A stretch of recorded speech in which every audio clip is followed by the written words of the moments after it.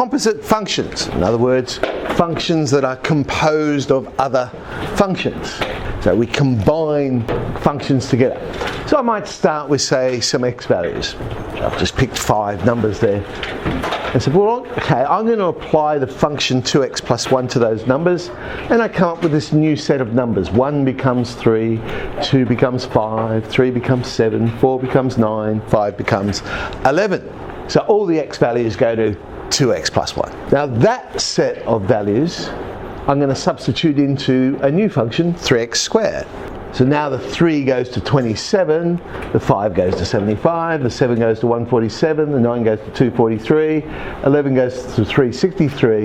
In fact, all the 2x plus 1 will end up going to 12x squared plus 12x plus 3. So in other words, it was equivalent to just simply getting the original set of numbers and substituting it into 12x squared plus 12x plus 3. That would have done it all in one hit. So that function, 12x squared plus 12x plus 3, is the composite function of these two. And this is how we would do the notation. Basically we're saying, well, if we substitute function x into g of x, then we would end up with this new function. If I did it the other way around, in all likelihood I will get a different function.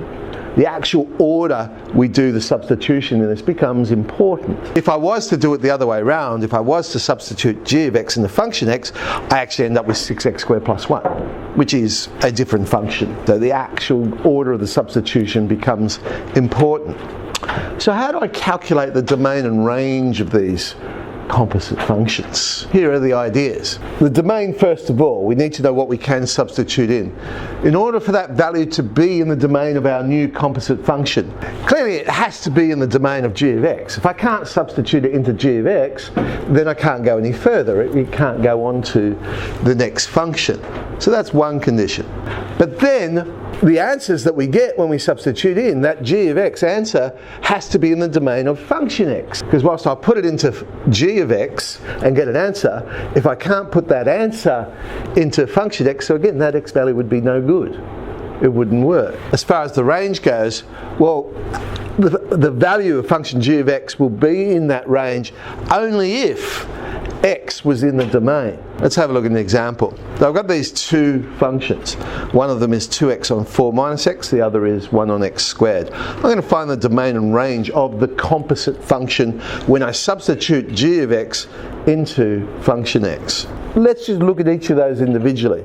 G of x is 1 on x squared. The domain of that would be all real numbers, but excluding, and I'm using the backslash notation there for excluding the number 0. The range will end up being all real numbers that are greater than 0. 1 on x squared, I'm only going to get positive numbers here. Function x, 2x on 4 minus x, its domain is all real numbers but not including 4. We can't substitute 4 into that. And its range ends up, well, we'll get all the answers, but we can't get the answer negative 2 for this one. That would be an exclusion from the range. So what did we say? X must be in the domain of g of x. Well, therefore I know x can't equal 0 because 0 was not in the domain of g of x. So that one will not work. It will not end up getting an answer in our composite function.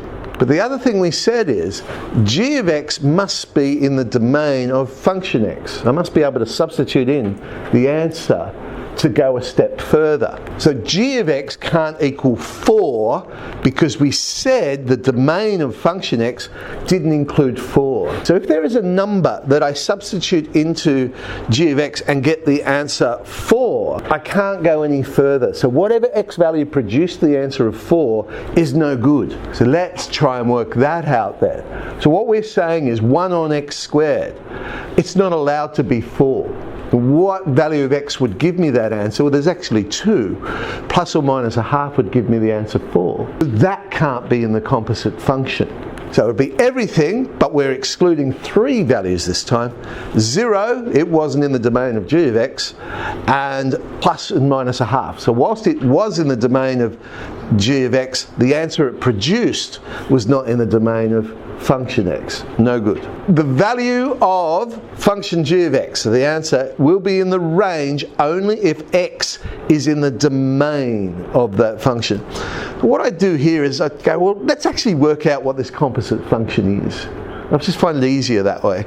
So I'll substitute it in and I get, okay, the composite function is 2 over 4x squared minus 1. So the range of this then, if I was to work out the range of this composite function, I know it's going to be values less than or equal to -2 and also values greater than 0. But hang on a sec, x equals 0 is not in the domain of this function. So therefore, I can't get the answer when I substitute 0 into this. So I can't get the answer -2. So whilst, yes, this function by itself, -2, is in the range, it's not in the range when I look at it as a composite function, because I had to first of all substitute it into g of x, and it didn't work for that. So I can't get this answer. So I now exclude the -2 as well, and the range becomes just less than -2 and greater than 0 as well. What about if I went the other way around? So if I'm now substituting function x into g of x. Again, x must be in the domain, but now it's got to be in the domain of function x. That's the one I'm substituting in first of all. So now I'm saying, hey, x can't equal 4. X can't equal 4. Function x must be in the domain of g of x. So the function x can't equal 0. We excluded 0 from the domain of g of x. So 2x on 4 minus x can't equal 0. Therefore, x cannot equal 0. So all real x except x equals 0, x equals 4.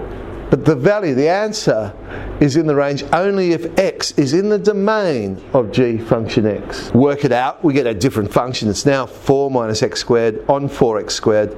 That one simply has a range of greater than or equal to 0. But we know we can't get the answer when x is 4, because that was excluded from the domain. And that would produce an answer of 0. So back to our range, we're saying, hey, yeah, sure, this function actually has a range greater than or equal to 0, but we can't get the answer 0. Again, that equality sign drops off. That happens in a lot of the cases. That's what we see happening.